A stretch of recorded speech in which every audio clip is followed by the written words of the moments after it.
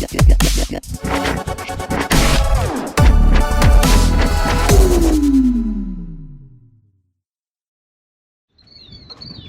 back to another episode of Torque. So today's a pretty exciting day. We get to install our radiator, our aluminum radiator with dual fans, and then also we're going to install the fenders on it, so we'll be able to take a look and see how that turns out.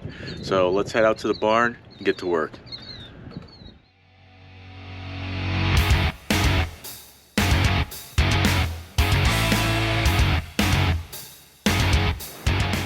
We started putting together the radiator support. We've got it installed. We did have to put some spacers underneath the bushings. We mocked those up when it was still in primer, so we know how high to set this. So now we're going to work on putting together the radiator, and this is a pretty cool kit. I've used a similar kit from BeCool. This is also from BeCool. Really easy to put together. It comes with a couple of Spal fans. These brackets that come with the kit, it actually kind of sandwiches top and bottom on the radiator, and then you're able to bolt in the Spal fans. So we're going to start putting this together, and hopefully it turns out all right. We put together the radiator once, but I wanted to show you, I do put weather stripping on these just to keep any kind of rattling and to keep it more of a snug fit. Did that for top and bottom. Also, for these hold downs, which will hold the fan down, they do give you these carriage bolts, and they say to use carriage bolts on the two outer ones, and the center one they tell you to use a standard bolt that they give you, but they give you an extra carriage bolt which they don't talk about at all, and this will actually fit in the center groove, and it's a lot easier to use that than the standard bolt. The standard bolt is hard to get to once the fan is in place, and you'll see this. I'll show this to you in just a second. All right, let's go ahead and put on these mounts. I'm gonna go ahead and pull the plastic off of these since we've already mocked everything up.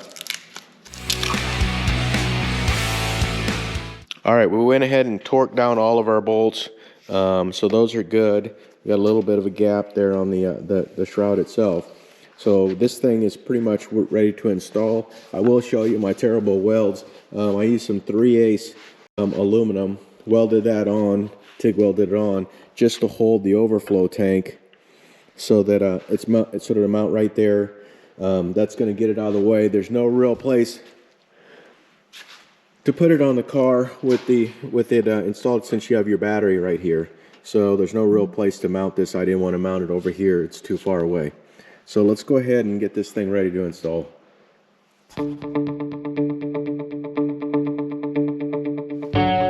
All right, so it's in.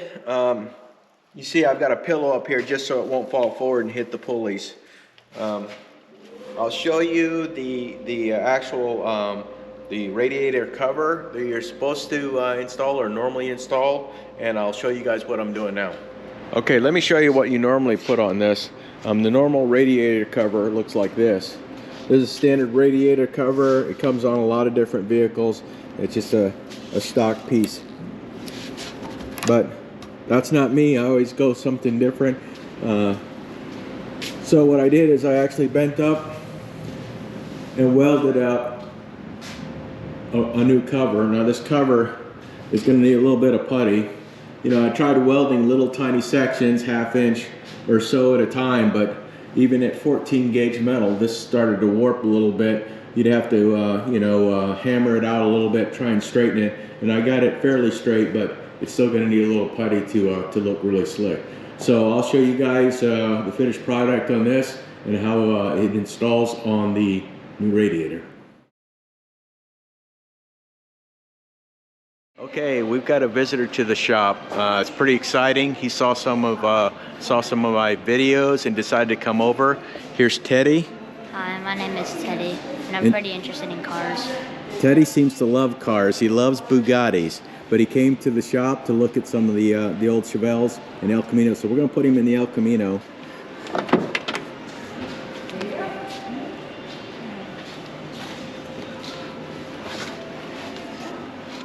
So how do you like the steering wheel on this one? I've never seen a steering wheel like this before. It's kind of cool. This is like an aftermarket kind of steering wheel. There's your horn button. This is the horn. Yep. Don't scare everybody. But it's actually honk when it's off. Oh yeah. It'll go ahead and do it. All right. Is it an air compression horn? No, it's an electric horn. Just an electric horn. Okay. If you can, do you see how do you see how everything it stays? And you see the radio. That's the old style radios, but that's a newer style that's Bluetooth and everything They else. still have AM radio? Oh, wait, no, it's what time? Yeah, you is can it, get AM. You can yep. You can I get never knew FM. they still had AM radio. Huh? I just have FM and Sirius XM. This actually you can get adapters, so you can get Sirius on that, and then also it has Bluetooth, and you can talk through your phone on it. This? Yeah. It's crazy. I've got a speaker up here. Did you, I mean a little microphone. Did you finish? Like, did you redo some of this? Yeah, I redid the whole interior. This bit too? Yep. That actually, yeah. You just buy the kit. It's called Retro Sound. And these seats are out of a newer car, out of a 2005 car that I adapted to put in here. Oh, okay. See, you can do anything. You know, I said you can do anything. Mm-hmm. Oh, you have to press the pedal. Yeah, you have to press on the pedal.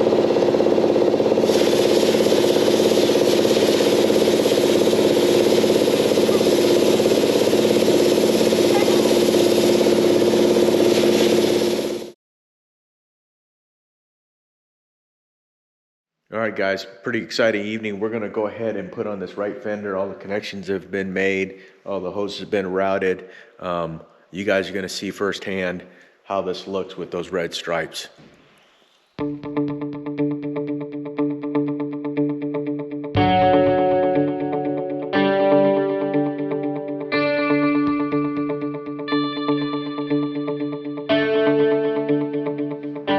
All right, we got the fender on, and you definitely need somebody to help you on this. My wife was a trooper. She didn't want to do it, but she always helps me out with everything on the car, and she did a great job. So here's the fender installed.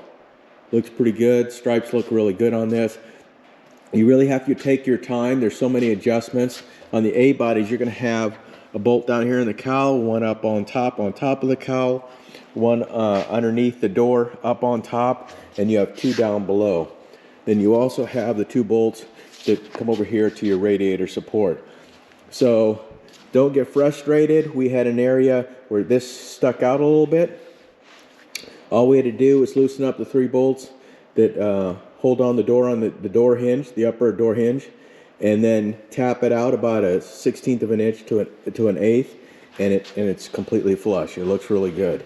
So yeah, that's about it.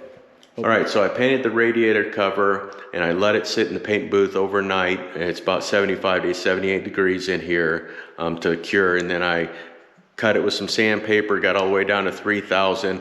I had a little run in one area and I sanded it down to 3,000. It looked good, but then when I started buffing it, well, it cut through instantly. I guess it wasn't cured. This cured overnight, but it wasn't enough time. So next time I'll have to let it sit for a couple days. So I'm gonna have to put some more color on this, a few coats of clear, and hopefully it'll turn out good. Lesson learned. We got the radiator cover painted, cleared, sanded, polished, and it came out pretty good. I just installed it.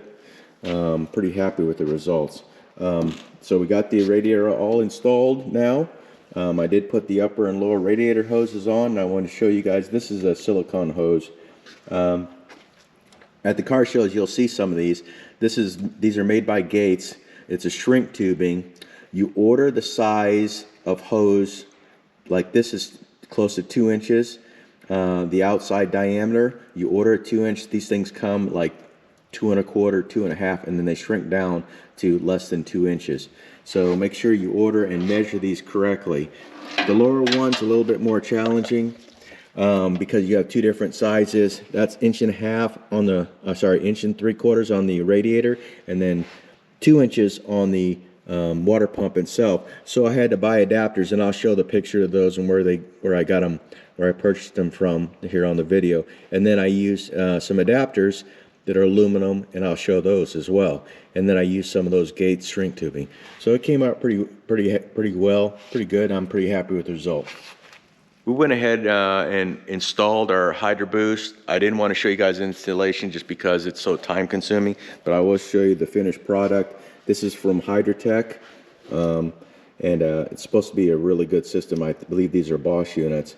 So I will show you, it's pretty simple installation. You know, we have our reservoir, which came from Concept 1. It will feed your power steering pump. Power steering pump has one line that goes, and it goes straight to the Hydro Boost first. The return on that, which is still pressurized, goes back and it goes into your steering box. And then from that, the return on that goes straight back into your reservoir. So it's pretty straightforward. This other line is also a return off the Hydro Boost, and it also goes into the reservoir. I did bend up all the brake lines, and we got those bled out last night, and I also bled out the clutch, and we had to switch the master cylinder for the clutch. You can barely see it, the wheel wood. We had to go to a larger diameter, 0.81 on the inside diameter of the clutch itself to push a little bit more fluid. So we're getting really close to starting this. I'm going to try and put some fluid in this, in the Hydro Boost, and then also fill up the radiator, a couple other little things, and you guys will see me start it for the first time. So we got our driver's side fender on, and it came out pretty good. It took a little bit of time. You definitely want to have somebody helping you with this. So I will tell you, like the fender didn't line up. It was out too far, and I'll show you guys the adjustment on this. So you're able to, where I had originally 2 thick shims, I'm down to just one single thin shim. It was able to pull it in, but it wasn't able enough to pull it in enough. And that's where you have to go to your bolts on the doors. These are on the hinges themselves. And we kind of worked them back and forth. So I would loosen the bottom, all 3 of them. I would loosen 1 or 2 of the top, and then just kind of knock it out a little bit. Put a piece of tape there just so you can see how far you're pushing the door. You only want to go about a 1/16 of an inch, at least I did. And then close the door and make sure your gaps are good. So it took us a little bit of time. You definitely want to have somebody help you out. Just because you have that piece that goes in there, you don't want to scratch your paint here. And then also you have to be careful with the lower portion. You've got the 2 bolts down here, and you want to make sure you're not going to scratch your rocker. You can see here that the door is a little bit out from the rocker, but it lines up perfect with the fender itself. And then to get your gaps, which these are really close, it may not look like it, but when you start moving the door inside, it gets extremely close. So you want to get that gap perfect, and by doing that, all you have to do is adjust the shims down here. We started off with probably about 3 shims, and right now we have 2 shims, 1 thick and 1 thin, and then just tighten up the bolt, and it'll shift the whole fender backwards. So it just takes a little bit of time, takes a little bit of trial and error, and yeah, just take your time, and you'll be able to get it. So I hope you guys enjoyed this video.